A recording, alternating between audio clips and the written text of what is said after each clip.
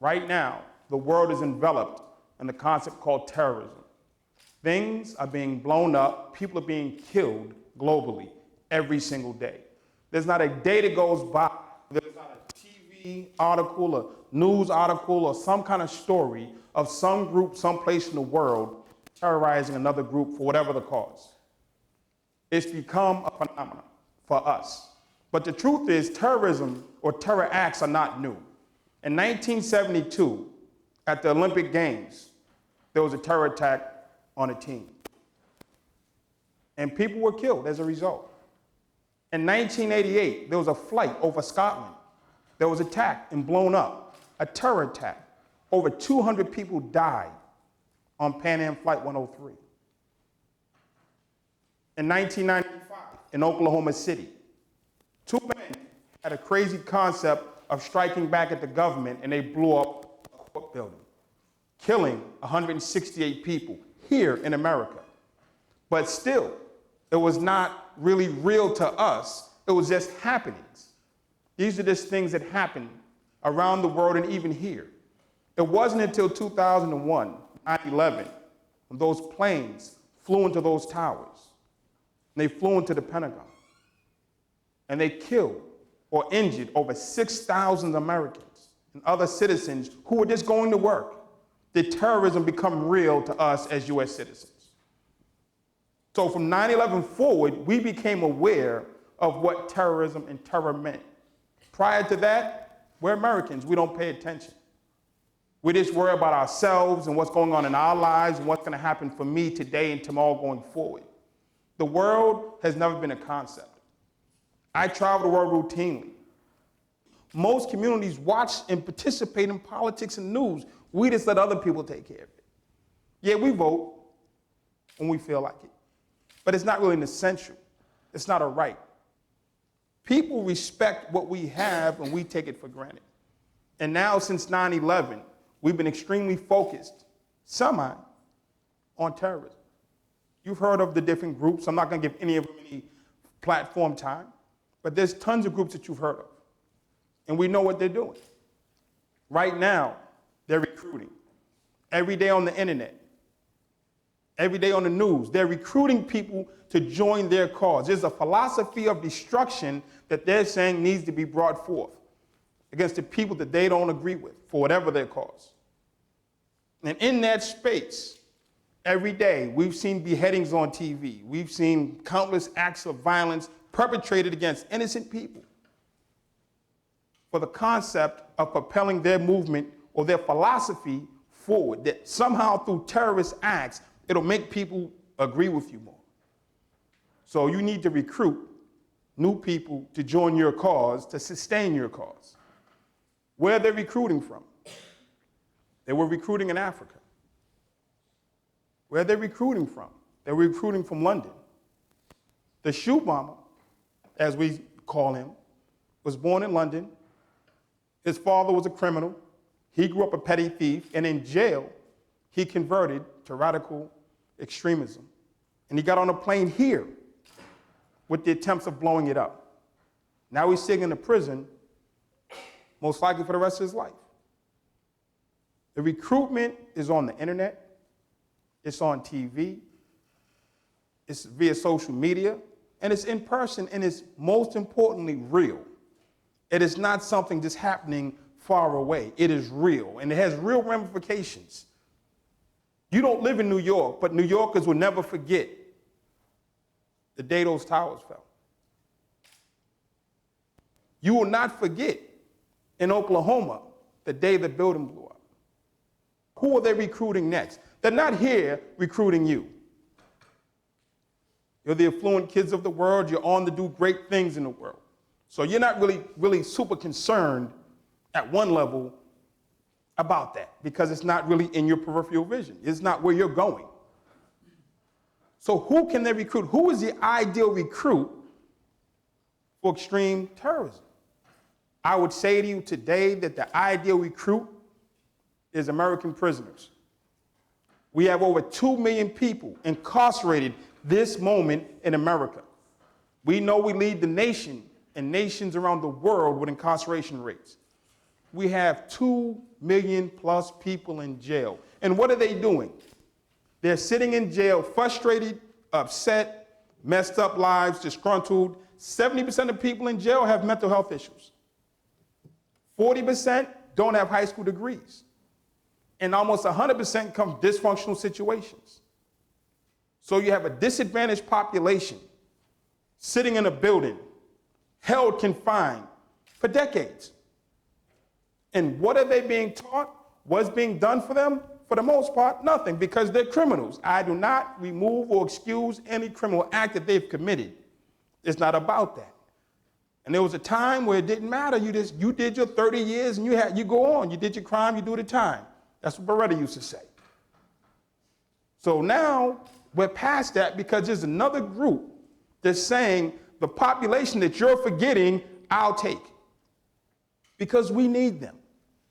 The group is saying we can use what you're throwing away as an advantage against you because we're having problems moving our agenda and getting people to recruit.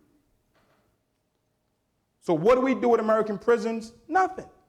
We lock them up, throw away the key. 3 meals a day, and it's whatever you want to call it. So now 9/11 happens. And for the first time in the history of this country that I know of, we saw America confused, somewhat scared and disgruntled, not knowing what to do. We didn't know what to do when those towers fell. There was no protocol to respond because it never happened before. Who did it? Which way do we go? How do we fix this? How do we attack somebody that's not in the country? They're moving about the world. So we were just distraught as a country as far as a response. And American prisoners sat and they watched the country be confused and scared. They're like, wait a minute, these 40 guys have shaken up the strongest nation on the world, got them running all kinds of directions. It wasn't that long ago, in the city of Boston, there was a report that 3 people were coming over the border in Mexico with a sturdy bomb headed to Boston. They shut the entire city down because they didn't know what to do. There were no protocols. Every now and again, you hear about somebody who's converted to radicalism, and they try to go overseas and join Al-Qaeda or join whatever group it is and attack whatever country they're attacking. What's going to happen when we have this population of prisoners who are just sitting, and every day on the news, because they have TVs, they're watching CNN and they're saying, hey, who is getting all the news time? Terrorists. Who's getting the respect? Respect is what street life, gang culture, prison culture is all about respect. Who's getting the respect of the nation? It's not gang members. Gang members killed millions of people. They've shot hundreds of people. They got all the guns you can think about. But they don't get the same type of respect that terrorists get. You say you're a terrorist, I mean, they're calling out Homeland Security. You're a gang member, you might get a mall cop. It's not equal. And it's all about respect. And the philosophy of the extreme terrorists is saying to the gang member, listen, you've been tormented, you've been tried, you've been locked up numerous times, you had a horrible school, you had a horrible neighborhood, you had a horrible life. They keep locking you up because you want to feed yourself. They won't give you an opportunity or a chance. So here's 10 years. What did they give you while you're doing 10 years? Nothing. You come home after 10 years, you can't get a job, you can't live in housing, they change the policies and the laws, you can't cross the street without going to jail, and they send you back. Not saying you didn't commit a crime, but they're sending you back. Second time, third time. The philosophy is saying, why are you shooting each other? Why are you fighting each other? Why don't you join and fight against the people who are doing this to you? I'm going to give you a concept. My enemy's enemy is my friend. And as prisoners in this country, who is the enemy in their mindset? The American government. Because that's who's detaining them. Who is the enemy of the American government? Terrorists. You identify, when you see a fight going on, you identify with the person that you like the most. So you have to choose between the person who's incarcerating you and the person they're fighting against. So prisoners are leaning towards supporting, just psychologically and philosophically, for the person who's fighting their enemy. What are you doing about it? Have you even thought about it? I want you to think about this. At some point, we have 1.4 million gang members in this country. There's a large percentage of them locked up. And we all know that gang members and guns are synonymous. Gang members and violence are synonymous. Gang members and murders are synonymous. So you're already looking at a person who's prone to violent acts. The term I use is called proven risk. They're not at-risk kids. They're not high-risk kids. These are proven risk people. That's why they're incarcerated. And that's why they're being recruited. Because the philosophy of the terrorists is saying if we can get proven risk people to join this cause who already live in country, what does that look like for them? What are you going to do when somebody walks out of one of our penitentiaries and decides to blow up a building? You're going to say, oh my God, where did that come from? I'm going to tell you where it came from. 15 years of steady CNN, 15 years of MSNBC, 15 years of Fox News, 15 years of all these channels pumping in the concept and philosophy of terrorism to these folks, and they're sitting there just eating it up. People in prison don't have direction. That's why they're there. People in prison don't have many options. That's why they're there. People in prison have nothing to lose. That's why they're there. And should one of them, out of the 2.2 million, decide to team up with their enemy's enemy, we're going to have a problem. We're going to have a serious problem.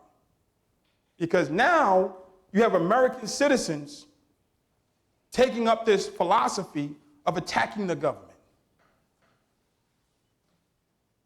Don't need to get a passport, don't need to get a visa. They already live in isolated communities. You're here at this campus. You won't go 2 miles south of here. They tell you when you come here, don't go 2 miles south. That's an urban setting. It's dangerous. You can't go there. I can tell you the streets, and you'd be like, hell no, I ain't going over there.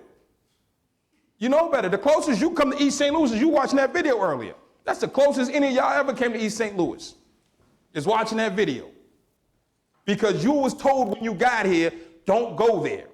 Those people are dangerous. No, those people don't have direction, they don't have opportunity, and they got nothing to lose, which make them prime candidates for recruitment. They are prime candidates to be recruited against our best judgment and what's good for us as a nation. I spent 14 years in prison. I understand prison culture. I spent the last 15 years of my life flying around the world doing trainings for staff, for prison staff, for police and offenders on how to change and make differences that don't come to violence, that don't result in people dying. It results in solutions. But what it takes is a call to action and a commitment that I'm going to actually do something. I'm going to commit my time, my effort, my energy, and my resources to actually making it better. Would you have guessed I spent 14 years in prison just looking at me? Do I look like a former felon? Do I sound like a former felon? What does one look like, one sound like? When there was no third party, we could ignore the poor. When there was no third party, we could ignore prisoners.